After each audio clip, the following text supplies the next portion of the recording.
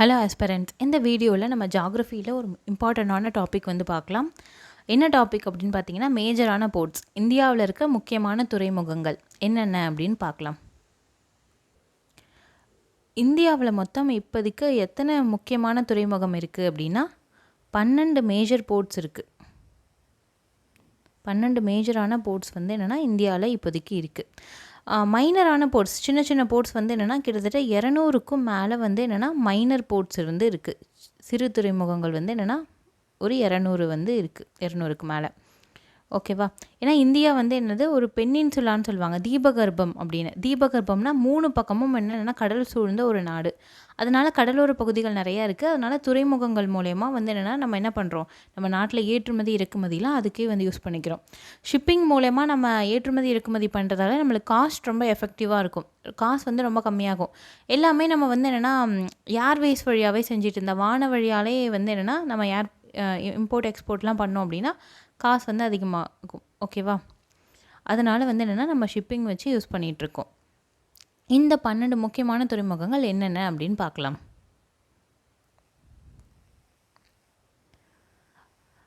First left side பாருங்கள், கண்ட்லா அப்படின்னு ஒரு போர்ட் வந்து இருக்குது குஜராத்தில். ஓகேவா? கண்ட்லா போர்ட் வந்து இருக்குது. இது எந்த சைடு இருக்குது பாருங்கள், இது எந்த பக்கம் இருக்குன்னா கட்ச் வளைகுடாவை தாண்டி இருக்குது. இது வந்து என்ன சொல்லுவாங்க அப்படின்னா, இங்கே வளைஞ்சி இருக்குல்ல, இது வந்து என்னென்னா கட்ச் வளைகுடான்னு சொல்லுவாங்க. இந்த கட்ச் வளைகுடாவை தாண்டி என்ன இருக்குது அப்படின்னா கண்ட்லா அப்படின்ற போர்ட் வந்து இருக்குது, துறைமுகம் குஜராத்தில். ஓகேவா? அடுத்தது கீழே அப்படியே பார்த்தீங்கன்னா மும்பை. மகாராஷ்டிராவில் 2 முக்கியமான துறைமுகம் இருக்குது. ஒன்று மும்பை, இன்னொன்று என்னென்னா ஜேஎன்பிடி அப்படின்னு சொல்லுவாங்க. ஜேஎன்பிடினா யார் பேரில் வச்சுருக்காங்க அப்படின்னு பார்த்தீங்கன்னா ஜவஹர்லால் நேரு போர்ட் ட்ரஸ்ட் அப்படின்னு வச்சுருக்காங்க. ஜவஹர்லால் நேரு போர்ட் ட்ரஸ்ட் அப்படின்னு வந்து ஸ்டார்ட் பண்ணியிருக்காங்க. முதல்ல மும்பை போர்ட் மட்டும் தான் இருந்துச்சு, அப்புறமா தான் இந்த ஜேஎன்பிடியை ஸ்டார்ட் பண்ணாங்க. ஏன்னா மும்பை போர்ட்டில் வந்து ரொம்ப டிராஃபிக் ரொம்ப அதிகமாக இருக்கும், நிறைய ஷிப்ஸ் வரும். அதனால் வந்து என்னென்னா ரொம்ப கஷ்டமாக இருந்தது. அதனால தான் இந்த ஜேஎன்பிடியை ஆரம்பித்தாங்க, ஜவஹர்லால் நேரு போர்ட் ட்ரஸ்ட். ஏன்னா இதில் கொஞ்சம் பொருள்லாம் வந்து என்னென்னா இங்கே கொஞ்சம் அமுச்சு விட்டுட்டா ஈஸியாக இருக்கும் அப்படின்றதுக்காக ஆரம்பித்தது தான் இந்த ஜேஎன்பிடி, ஜவஹர்லால் நேரு போர்ட் ட்ரஸ்ட் அப்படின்றது. ஓகேவா? ஓகே, அப்படியே வந்து ரைட் சைட் பாருங்கள். ரைட் சைட் பார்த்தீங்கன்னா இங்கே ஹால்தியா போர்ட். ஹால்தியா மேற்கு வங்காளத்தில் இருக்கிற ஒரு போர்ட் தான் ஹால்தியா. இந்த ஹால்தியா எங்கே இருக்குது அப்படின்னு பார்த்தீங்கன்னா ஹூக்ளி ரிவர் வந்து இங்கே வந்து கடலில் வந்து கலக்கும். அந்த ஹூக்ளி ரிவரோட கரையில் இருக்குது. ஓகேவா? ஆற்றங்கரையில் இருக்கிற ஒரு துறைமுகம் அப்படின்னு சொல்லலாம். ஆற்றங்கரையில் இருக்குது. அந்த ஆற்று வந்து என்னென்னா கடலில் கலக்கிற இடத்துல வந்து இருக்குது. ஹால்தியா அப்படின்ற துறைமுகம் மேற்கு வங்காளத்தில் இருக்குது. இங்கே பார்த்தீங்கன்னா கல்கத்தா துறைமுகம் அப்படின்னு வந்து என்னென்னா கொஞ்சம் உள்ளே தள்ளி இருக்கும். கல்கத்தா அப்படின்ற பிளேஸில் எப்படி இருக்கும்னா இங்கே வந்து அந்த ஆறு வந்து இப்படி பிரிஞ்சு வரும். அந்த இடத்துல நடுவில் வந்து என்னென்னா கல்கத்தா அப்படின்ற துறைமுகம் இருக்கும். பிரிட்டிஷ் காலத்தில் அதான் ஃபேமஸாக இருந்தது, கல்கத்தா துறைமுகம். அதுக்கப்புறமா தான் அந்த ஹால்தியாவை கொண்டு வந்தாங்க. ரெண்டும் வந்து என்னென்னா ஒரே துறைமுகம் தான். இப்போ கல்கத்தாவில் என்ன துறைமுகம் இருக்குது அப்படின்னா ஹால்தியா அப்படின்னு தான் சொல்லுவாங்க. ஏன்னா வந்து உள்ளே போகிற மாதிரி இருக்கும், கல்கத்தா துறைமுகம்னா உள்ளே போகிற மாதிரி இருக்கும். அதனால் டெவலப் பண்ணது தான். அதுக்கப்புறமா ஹால்தியாவை வந்து நம்ம வச்சுக்கலாம் துறைமுகமாக அப்படின்னு கொண்டு வந்தாங்க மேற்கு வங்காளத்தில். அடுத்தது பார்த்திங்கன்னா ரைட்டில் கீழே வந்தீங்கன்னா பாரதீப் துறைமுகம் எங்கே இருக்குன்னா ஒடிஷா மாநிலத்தில் இருக்குது. பாரதீப் துறைமுகம் ஒடிஷா மாநிலத்தில் இருக்குது. ஓகேவா? இதுவும் வந்து ஒரு முக்கியமான ஒரு துறைமுகம் தான். சவுத் ஈஸ்ட் ஏஷியா அப்படின்னு சொல்லுவாங்கள்ல, தென்கிழக்கு ஆசியாவில் நிறைய நாடுகள் இருக்குது. அந்த நாடுகளுக்கெல்லாம் வர்த்தகம் பண்ணுறதுக்கு இந்த போர்ட்ஸ் வழியாக தான் வந்து என்னென்னா ஏற்றுமதி இறக்குமதியில் நடக்குது. ஓகே, அடுத்தது அப்படியே கீழே வாங்க. கீழே வந்தீங்கன்னா லெஃப்ட் சைடில் மோர்முகவ் அப்படின்னு ஒரு போர்ட் வந்து இருக்குது. மோர்முகவ் கோவாவில் இருக்கிற ஒரு போர்ட், கோவா மாநிலத்தில் இருக்க ஒரு போர்ட் தான் வந்து என்னென்னா மோர்முகாவ் அப்படின்னு வந்து சொல்லியிருக்காங்க. மோர்முகாவ் கோவாவில் இருக்குது. அப்படியே கீழே வந்தீங்கன்னா மங்களூரு போர்ட் எங்கே இருக்குது அப்படின்னா கர்நாடகாவில் இருக்குது. ஓகேவா? மங்களூர் இருக்குது, கர்நாடகாவில் இருக்கிற ஒரு முக்கியமான போர்ட் தான் இந்த மங்களூரு. அடுத்தது ரைட் சைட் பார்த்தீங்கன்னா விசாகப்பட்டினம் எங்கே இருக்குது அப்படின்னா ஆந்திர பிரதேசத்தில் இருக்க ஒரு போர்ட், ஒரு துறைமுகம் தான் வந்து என்னென்னா விசாகப்பட்டினம். இதுதான் இருக்கிறதுலே ரொம்ப ஆழமான துறைமுகம். ஆழமான துறைமுகம்னா கடல் வந்து அங்கே ரொம்ப ஆழமாக இருக்குது அந்த பக்கம், அதனால் ஆழமான துறைமுகம் அப்படின்னு வந்து சொல்லுவாங்க. விசாகப்பட்டினத்தில் தான் இருக்கிறதுலே ஆழமான துறைமுகம். ஓகேவா? அடுத்தது அப்படியே கீழே வந்தீங்கன்னா தமிழ்நாடு. தமிழ்நாட்டில் எங்கெங்கே இருக்குது அப்படின்னு பார்த்தீங்கன்னா, தமிழ்நாட்டில் 3 இடத்துல வந்து என்னென்னா துறைமுகம் இருக்குது. ஒன்று எண்ணூர், சென்னை, அப்புறம் தூத்துக்குடி. 3 இடத்துல வந்து என்னென்னா பெரிய முக்கியமான துறைமுகங்கள் வந்து 3 இடத்துல இருக்குது. இந்த எண்ணூர் துறைமுகத்துக்கு இன்னொரு பேர் என்ன அப்படின்னு பார்த்தீங்கன்னா காமராஜர் துறைமுகம். காமராஜர் துறைமுகம் அப்படின்னு இந்த எண்ணூர் துறைமுகத்தை சொல்லுவாங்க. ஓகேவா? அடுத்தது சென்னை துறைமுகம் இருக்குது. தூத்துக்குடி துறைமுகத்தை என்ன சொல்லுவாங்க அப்படின்னா வஉசி துறைமுகம் அப்படின்னு சொல்லுவாங்க. வஉசி சிதம்பரனார் வந்து என்னென்னா அவரோட துறைமுகம் அப்படின்னு சொல்லுவாங்க. ஏன்னா அங்கேருந்து தானே அவர் கப்பல் விட்டார், தூத்துக்குடி பக்கம்லேருந்து, தூத்துக்குடியிலேருந்து கொழும்புக்கு அவர் கப்பல் விட்டார்ல, அதனால் வந்து என்னென்னா வஉசி துறைமுகம் அப்படின்னு அதுக்கு இன்னொரு பேரும் இருக்குது. ஓகேவா? அது லெஃப்ட் சைடில் பார்த்தீங்கன்னா கொச்சி. கொச்சிக்கு வந்து என்னென்னா கேரளாவில் இருக்க ஒரு முக்கியமான துறைமுகம் தான் இந்த கொச்சி துறைமுகம். ஓகேவா? ஓகே, இத்தனை துறைமுகம் வந்து பார்த்தாச்சு. மொத்தம் 12 முக்கியமான துறைமுகம் பார்த்தாச்சு. இது என்ன நான் இங்கே எழுதியிருக்கேன் அப்படின்னு பாருங்கள், போர்ட் பிளேர், அந்தமான் அண்ட் நிக்கோபார் அப்படின்னு நான் எழுதியிருக்கேன். இது வந்து முன்னாடி துறைமுகமாக இருந்துச்சு, முக்கிய துறைமுகமாக. 2010 வந்து இதுக்கு அந்தஸ்து கொடுத்தாங்க. 2017 வரைக்கும் இது முக்கியமான துறைமுகமாக இருந்துச்சு. ஆனால் 2017 என்ன பண்ணாங்க அப்படின்னா வேண்டாம் அது முக்கிய துறைமுகம்லேருந்து அப்படின்னு எடுத்துட்டாங்க. ஏன்னா முக்கியமான துறைமுகம் மேஜர் போர்ட்ஸாக இருக்கணும்னா என்ன ஒரு முக்கியமான காரணம் இருக்கணும்னா நிறைய அங்கே டிராஃபிக் இருக்கணும், நிறைய ஷிப்ஸ் வந்து போகணும். அதை தான் வந்து முக்கியமான துறைமுகம் அப்படின்னு சொல்லுவாங்க. பட் போர்ட் பிளேரில் அந்தளவு வந்து டிராஃபிக் வரலை. ஏன்னா ஓகேவா, மற்ற மேஜரான துறைமுகம் பக்கத்தில் நிறைய இருக்குது, சென்னை, தூத்துக்குடி. இந்த பக்கம் ஸ்ரீலங்காவில் பார்த்தா கொழும்பு அப்படின்னு ஒரு துறைமுகம் இருக்குது, அந்த பக்கமாலேருந்து தான் நிறைய டிராஃபிக் இருக்குது. ஸோ போர்ட் பிளேரில் அவ்வளோவா டிராஃபிக் இல்லை, ஷிப் டிராஃபிக் இல்லை. ஸோ என்னென்னா வேணாம் அப்படின்னு சொல்லிட்டு அதை எடுத்துட்டாங்க இந்த ஸ்டேட்டஸ்லேருந்து. இப்போ எத்தனை துறைமுகம் மேஜர் துறைமுகம் இருக்குது அப்படின்னா 12 துறைமுகம் தான் இருக்குது. ஓகேவா? மொத்தம் 12 முக்கியமான துறைமுகத்தை இப்போ நம்ம பார்த்துருக்கோம். அடுத்து இன்னொரு முக்கியமான விஷயம் வந்து நம்ம பார்க்கணும்.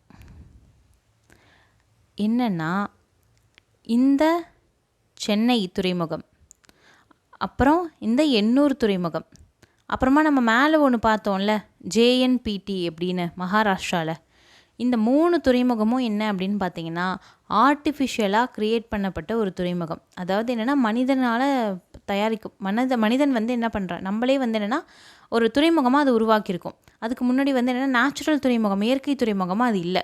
மிச்சம் எல்லாமே என்னென்னா இயற்கை துறைமுகமாக இருந்துச்சு. அது என்னது இது இயற்கை துறைமுகம் செயற்கை துறைமுகம் அப்படின்னா, இயற்கை துறைமுகம்னா வந்து என்னென்னா கப்பல் அங்கே வந்து நிற்கிற மாதிரி ஒரு பிளேஸாக ஒரு அமைப்பாக வந்து என்னென்னா இயற்கையாக வந்து இருக்கும். இயற்கையிலே இருந்திருந்தால் அது இயற்கை துறைமுகம்.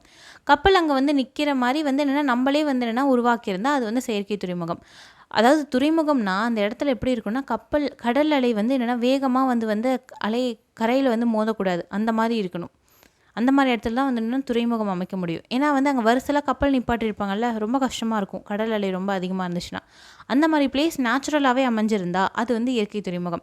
சப்போஸ் அந்த பிளேஸ் நேச்சுரலாக அமையலை அப்படின்னா என்ன பண்ணுவாங்க அப்படின்னா இவங்களே என்னென்னா கரையை வந்து தோண்டி ஒரு இடத்துல வந்து என்னென்னா அந்த கடல் தண்ணி வர மாதிரி வந்து நிற்கிற மாதிரி என்னென்னா உருவாக்கி அங்கே துறைமுகமாக கொண்டு வந்தால் அதான் ஆர்டிஃபிஷியல் துறைமுகம் அப்படின்னு வந்து பேர். ஓகேவா? இது மாதிரி 2 டைப் ஆஃப் துறைமுகம் வந்து இருக்குது. அடுத்தது துறைமுகத்தில் இன்னும் கொஞ்சம் இம்பார்ட்டண்டான இன்ஃபர்மேஷன் பார்க்கலாம். ஃபஸ்ட் நம்ம ஏற்கனவே பார்த்தது என்னென்னா ஆழமான துறைமுகம். ஆழமான துறைமுகம்னா ரொம்ப டீப்பஸ்ட்டு போர்ட் எது அப்படின்னு பார்த்தீங்கன்னா விசாகப்பட்டினம்.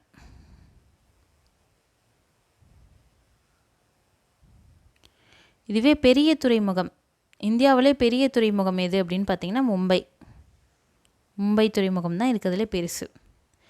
ரொம்ப ஏற்கனவே பழைய துறைமுகம் எது அப்படின்னு பார்த்தீங்கன்னா கொல்கத்தா ரொம்ப பழசு. கொல்கத்தாவில் இருக்க துறைமுகம் அது பேர் ஹால்தியா அப்படின்னு நம்ம பார்த்தோம். ஹால்தியா அதுக்கு இன்னொரு பேர் வந்து மாற்றம் பண்ணாங்க அப்புறமா, என்ன அப்படின்னா ஷியாம பிரசாத்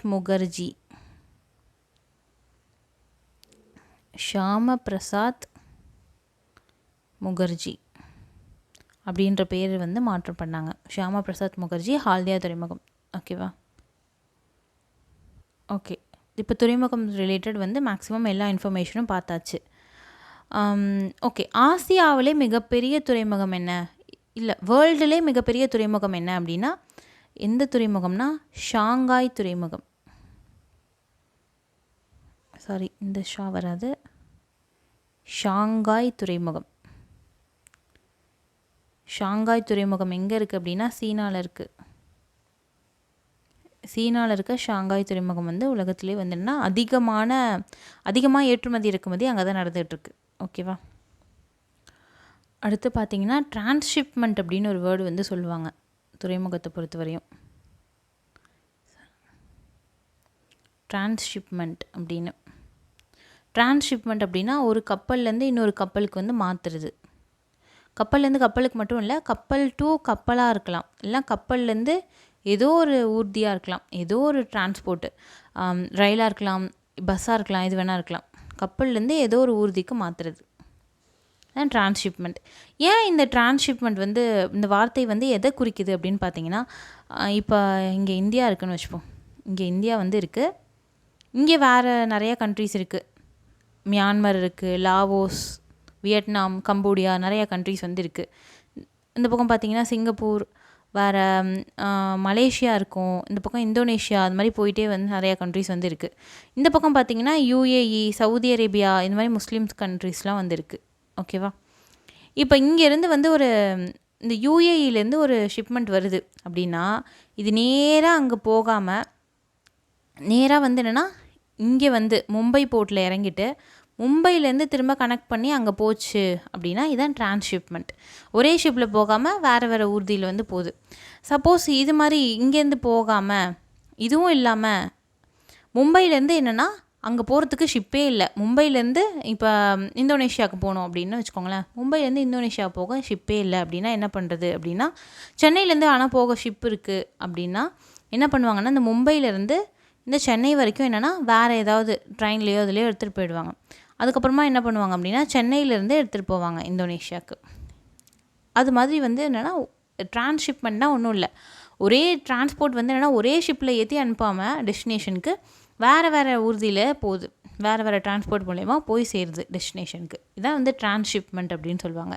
இது மூலயமாவும் நல்ல ரெவன்யூ வந்து சம்பாதிக்கிறாங்க, மாற்றி விடுறாங்கல்ல, இது மாதிரி நிறைய ரெவன்யூ வந்து சம்பாதிக்கிறாங்க. டேரெக்டாக சப்போஸ் இப்போ நம்ம ஃப்ளைட் மாதிரி தான், ஃப்ளைட்டுக்கு வந்து என்னென்னா நேராக இப்போ நம்ம யூஎஸில் இருக்க கலிஃபோர்னியாவுக்கு போகணும் அப்படின்னு பார்த்தீங்கன்னா நேராக வந்து நம்மளுக்கு ஏரோப்ளேன் கிடைக்கல அப்படின்னா நம்ம என்ன பண்ணுவோம், எங்கேயாவது ஒரு இடத்துல வந்து என்னென்னா ஸ்டாப் ஆகி திரும்ப அங்கேருந்து வேறு ஒரு ஃப்ளைட் பிடிச்சி போவோம்ல, அந்த மாதிரி வந்து என்னென்னா இந்த மாதிரி ஷிப்பில் வந்து போகிறாங்க.